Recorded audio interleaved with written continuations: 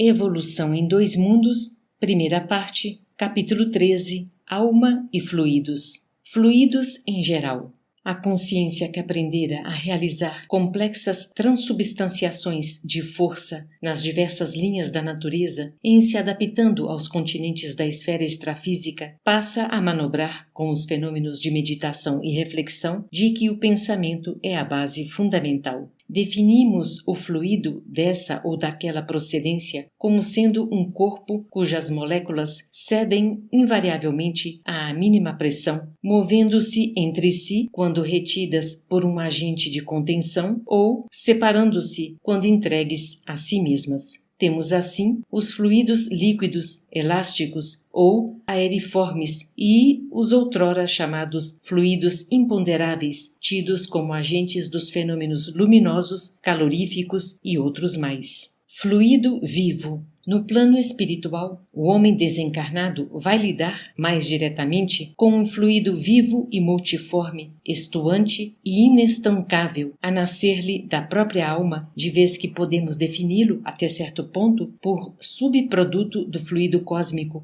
absorvido pela mente humana em processo vitalista semelhante à respiração, pelo qual a criatura assimila a força emanante do Criador, esparsa em todo o cosmo, transubstanciando-a sob a própria responsabilidade para influenciar na criação a partir de si mesma. Esse fluido é o seu próprio pensamento contínuo, gerando potenciais energéticos com que não havia sonhado. De certo que na esfera nova de ação, a que se vê arrebatado pela morte, encontra a matéria conhecida no mundo em nova escala vibratória. Elementos atômicos mais complicados e sutis, aquém do hidrogênio e além do urânio, em forma diversa daquela em que se caracterizam na gleba planetária, engrandecem-lhe a série estequiogenética. O solo do mundo espiritual, estruturado com semelhantes recursos, todos eles miando na quintessência, corresponde ao peso específico do espírito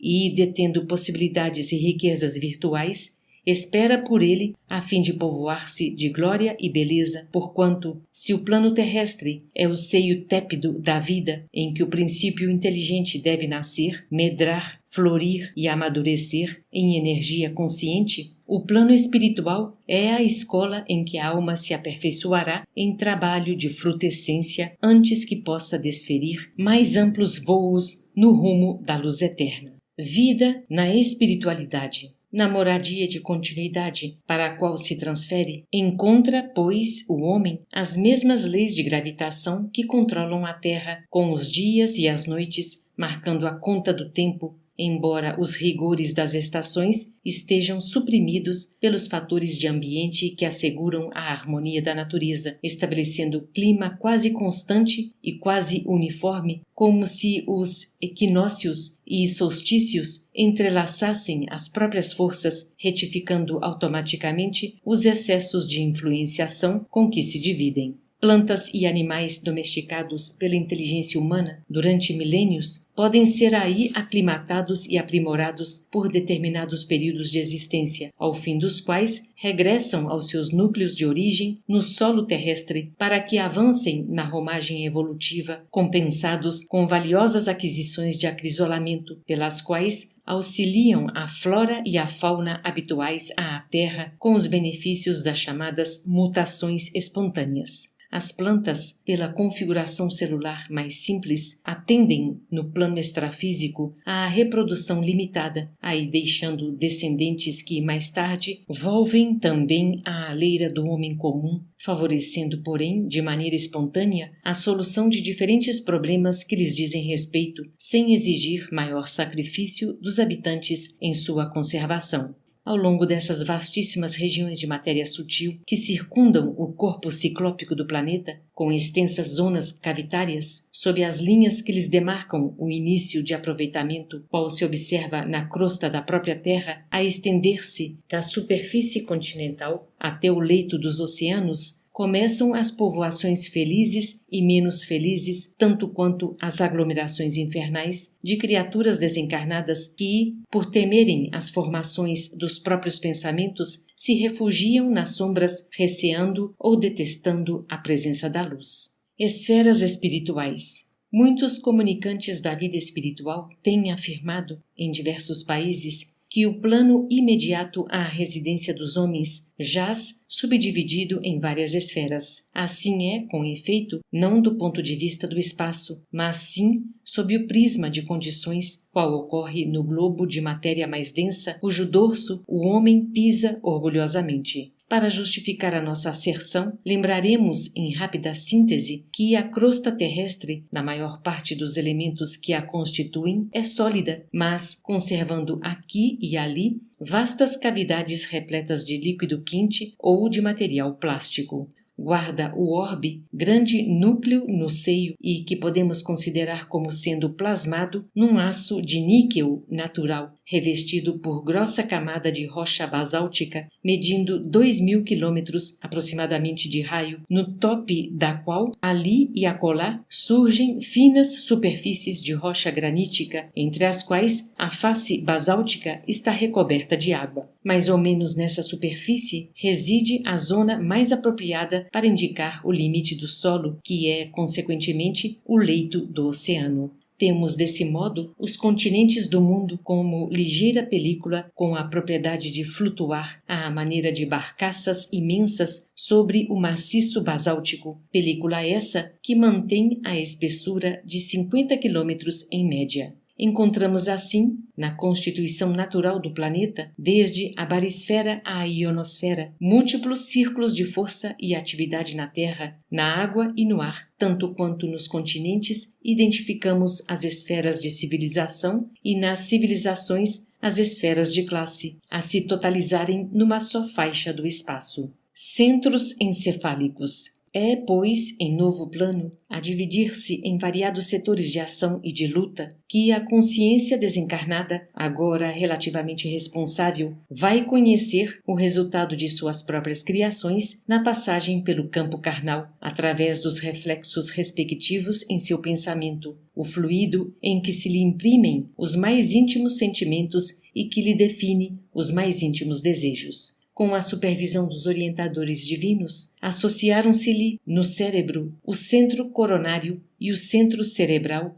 em movimento sincrônico de trabalho e sintonia. Por intermédio do primeiro, a mente administra o seu veículo de exteriorização, utilizando-se a rigor do segundo, que lhe recolhe os estímulos, transmitindo impulsos e avisos, ordens e sugestões mentais aos órgãos e tecidos, células e implementos do corpo por que se expressa. E assim como o centro cerebral se representa no córtex encefálico por vários núcleos de comando, controlando sensações e impressões do mundo sensório, o centro coronário, através de todo um conjunto de núcleos do diencéfalo, possui no tálamo vasto sistema de governança do espírito, para onde confluem todas as vias aferentes à cortiça cerebral, com exceção da via do olfato, que é a única via sensitiva de ligações corticais que não passa por ele. Abre nota. Devemos esclarecer que a via olfatória não passa pelo tálamo, contudo, mantém conexões com alguns núcleos talâmicos através de fibras provenientes do corpo mamilar, situado no hipotálamo. Fecha a nota.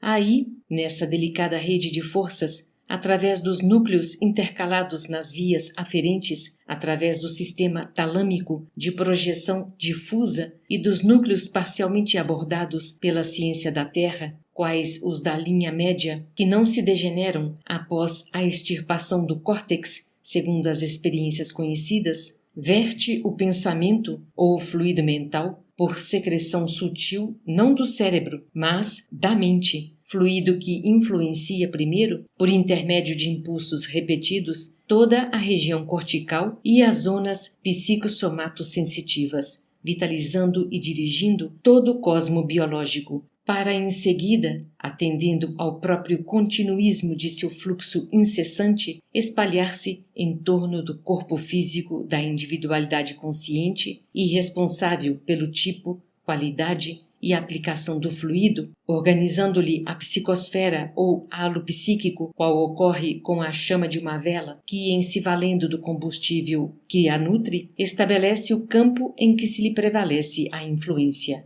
Esse fluido ou matéria mental tem a sua ponderabilidade e as suas propriedades químio-eletromagnéticas específicas, definindo-se em unidades perfeitamente mensuráveis, qual acontece no sistema periódico dos elementos químicos no plano terrestre, compreendendo-se que, em círculos da inteligência mais evoluída, surpreendentes combinações dos fatores conhecidos podem ser efetuadas com vistas a certos fins, como sucede atualmente na Terra, onde elementos como o Netuno, o Plutônio, o Americio e o Cúrio podem ser artificialmente produzidos. Reflexão das ideias. A partícula de pensamento, pois, como corpúsculo fluídico, tanto quanto o átomo, é uma unidade na essência, a subdividir-se, porém, em diversos tipos, conforme a quantidade, qualidade, comportamento e trajetórias dos componentes que a integram. E, assim como o átomo é uma força viva e poderosa na própria contextura, passiva, entretanto, diante da inteligência que a mobiliza para o bem ou para o mal, a partícula de pensamento, embora viva e poderosa na composição em que se derrama do espírito que a produz, é igualmente passiva perante o sentimento que lhe dá forma e natureza para o bem ou para o mal, convertendo-se, por acumulação,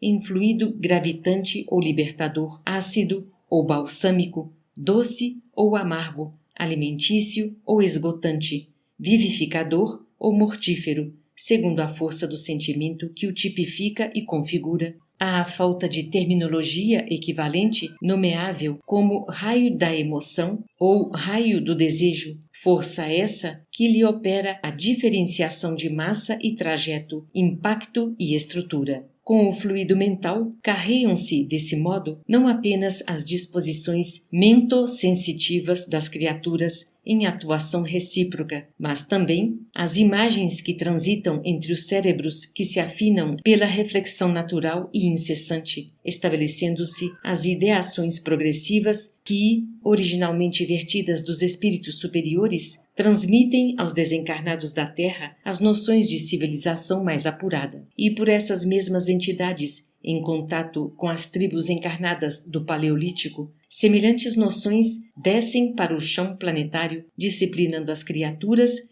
e ofertando-lhes novos horizontes à visão e ao entendimento. Pela reflexão das ideias, surge assim, entre as duas esferas, entranhado circuito de forças. Inteligência artesanal. O plano físico é o berço da evolução que o plano extrafísico aprimora. O primeiro insufla o sopro da vida, cujas edificações o segundo aperfeiçoa. A reencarnação multiplica as experiências, somando-as pouco a pouco. A desencarnação subtrai-lhes, lentamente, as parcelas inúteis ao progresso do espírito e divide os remanescentes, definindo os resultados com que o espírito se encontra enobrecido ou endividado perante a lei. Consolidada a incessante eclosão do fluido mental entre as duas esferas, começa para o homem novo ciclo de cultura. Em verdade, a mente da era paleolítica mostra-se ainda limitada na citura, mas não tanto que não possa absorver, embora em baixa dosagem, as ideias renovadoras que lhe são sugeridas no plano superior.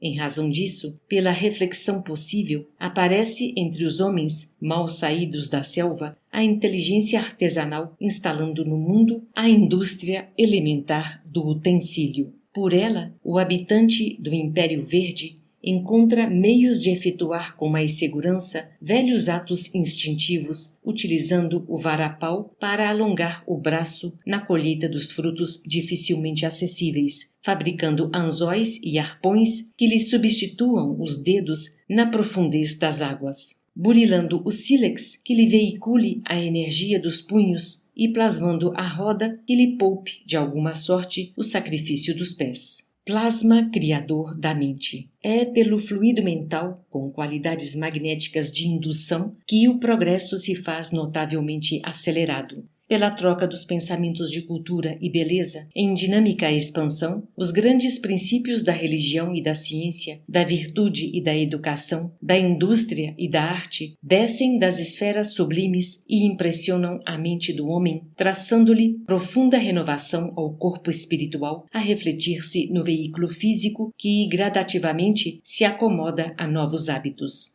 Épocas imensas despendera o princípio inteligente para edificar os prodígios da sensação e do automatismo, do instinto e da inteligência rudimentar. Entretanto, com a difusão do plasma criador, oriundo da mente, em circuitos contínuos, consolida-se a reflexão avançada entre o céu e a terra, e os fluidos mentais, ou pensamentos atuantes no reino da alma, imprimem radicais transformações no veículo fisiopsicossomático, associando e desassociando civilizações numerosas para construí-las de novo, em que o homem, herdeiro da animalidade instintiva, continua até hoje no trabalho progressivo de sua própria elevação aos verdadeiros atributos da humanidade. Uberaba, 12 de março de 58.